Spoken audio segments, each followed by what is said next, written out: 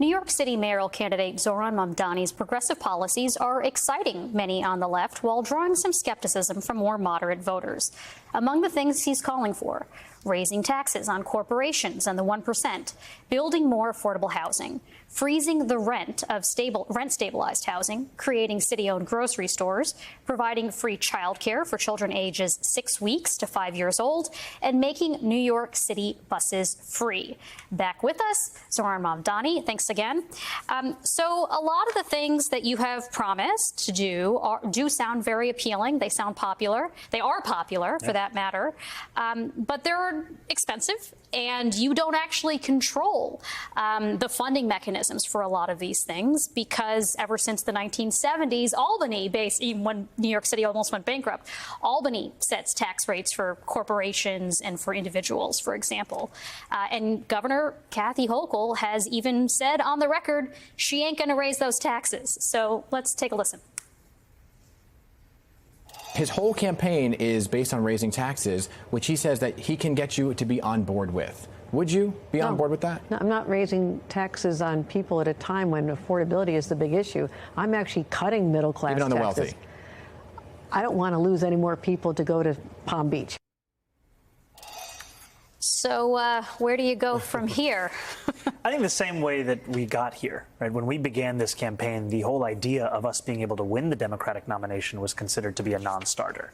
And I think in the same way that we've built such a mandate to deliver a truly affordable city in what is currently the most expensive city in the United States is how we continue to build that support.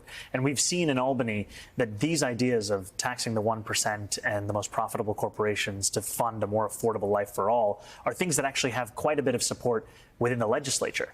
And I think ultimately what unites the governor and my vision is this focus on affordability, and I'm very excited to work with her on that. However, Bill de Blasio, our former mayor, who you have said was the best mayor of your lifetime, ran up against the exact same problem, that he promised a bunch of things that were quite popular, could not get Albany on board to pay for them or to give its blessing for the MTA, for funding the MTA and a bunch of other programs. So how are you going to make good on these promises where he went wrong?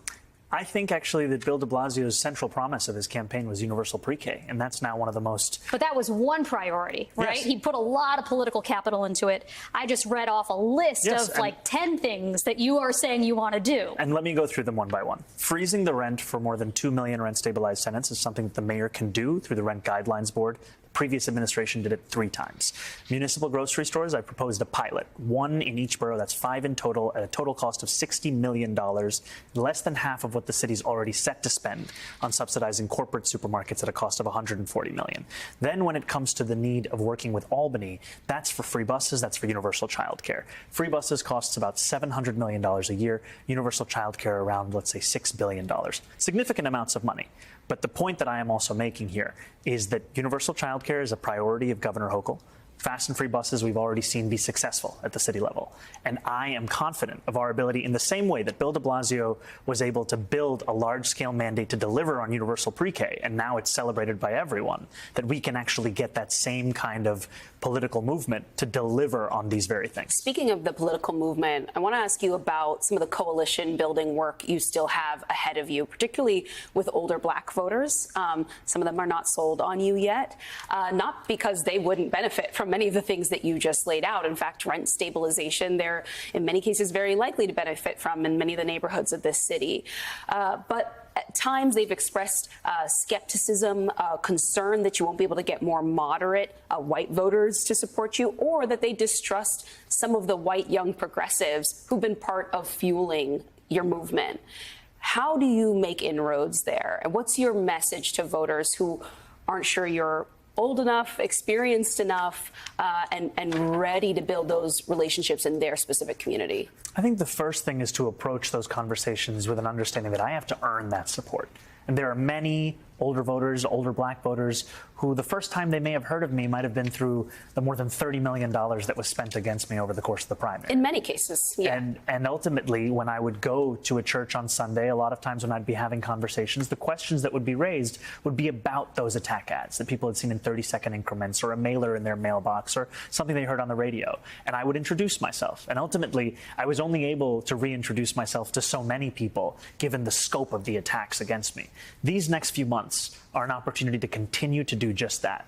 And ultimately, I also know that I wasn't just running against a former governor. I was running against a former governor who was the son of a former governor, because so often those conversations would come back to Mario Cuomo. And when you have just an 8-month period to come up against decades of familiarity, you sometimes fall short with each and every older voter. And now it's my job to win their trust and to show them, in fact, that their concerns, especially affordability, it's at the heart of this campaign, because too often we think of affordability as if it's about young people staying in the city or families that are just about to settle down. But I've spoken to a grandmother in Brownsville at a senior center who told me she's been on a waiting list for senior housing for 7 years. The inability for our city to build that kind of housing, to keep it affordable, is also a senior issue, and I'm excited to share that with each and every New Yorker. You've talked a lot about inclusivity and trying to keep expanding this coalition. I wanted to ask you about one of your policies that has raised a little bit of eyebrows, because it's the language that's used, and it's mentioned in a memo that is on your website about New York homeowners. You've said that you've wanted to shift the tax burden from, quote, overtaxed homeowners in the outer boroughs to more expensive homes in richer and white neighborhoods. Can you clarify that? Why did you feel the need to use that language? Because some people, whether it's the accurate description of the pure demographics or not, it has been used by people in the media, I'm sure you've seen the New York Post headlines and others, to sow and foment divisions in this city.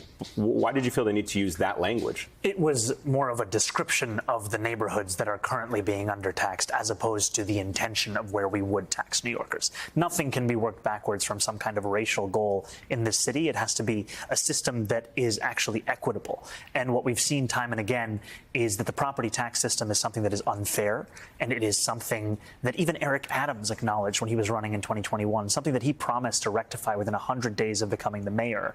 And then what he did instead was to defend it at every single juncture in court and to lose. And the reason that he lost is because we know it's inequitable. This is something that is a glaring example of city government's inability to meet the moment. And the use of that language is more of a descriptor of the neighborhoods as opposed to an intention of the goal. So another question on the tax issue. I'm sorry, I'm a tax person. Please. I may not be the child of many governors, but I'm the descendant of many descendants of many generations of accountants. So if you do succeed, let's say, in convincing Albany to raise taxes, and I'm a little skeptical that that'll happen, but let's say you do, there is concern, as Governor Hochul mentioned, that there will be people who leave New York City for Palm Beach or elsewhere. I know we're not going to be playing our little violins for the billionaires who have to pay more taxes, but they do take a lot of money with them. And in fact, the Citizens Budget Commission found that hundreds of thousands of high-income New Yorkers have left New York City in just the past 5 years, and households that earn more than $1 million pay about 40% of New York City taxes. So why dismiss concerns that your potential tax base that you need to harvest money from to pay for these things will leave? I don't think that these are concerns to be dismissed. These are ones that I have to engage with. And ultimately, as part of the other conversation of how do we win over voters who haven't yet joined this campaign and this coalition, I have to meet with New Yorkers who are concerned about any aspect of my campaign. I have to meet with them who oppose with this campaign, because I'm not looking to lead a coalition of those that voted for me. I'm looking to lead an entire city of 8.5 million people.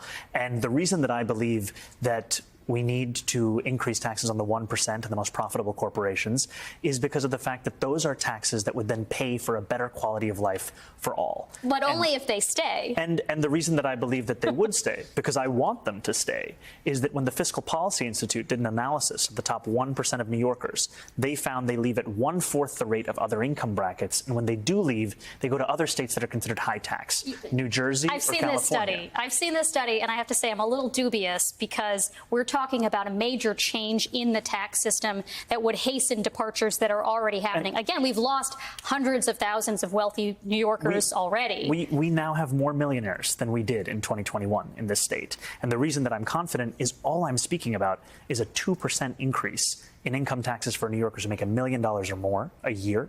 And when it comes to corporations, it's matching our state's top corporate tax rate, 7.25%, to that of New Jersey, 11.5%. That's why I believe that this is both feasible and necessary, but I'm going to meet with business leaders about this. I've already started having those conversations because I do not want them to leave. I want them to stay. And the reason I think that we can have them stay is we're going to use this money to create a better quality of life, even for themselves. Zohran Mamdani, I was not joking earlier when I said Every that, Sunday night. Well, that, sure. But just in general, it would, that if you were to pull this thing off, it would be nice to have a mayor who's willing to answer tough questions at the round table. So you'll be welcome back. Of accountants. I know, I made myself sound really cool. We got a diverse group of people here. So we represent many. Yeah, we represent many It's a decent walks slice of New York at this table, actually. Sons of immigrants, You have to battle sons of it out accountants. for every single one of our votes. Okay. Zohran Mamdani, thank you so much. It's great to have you back.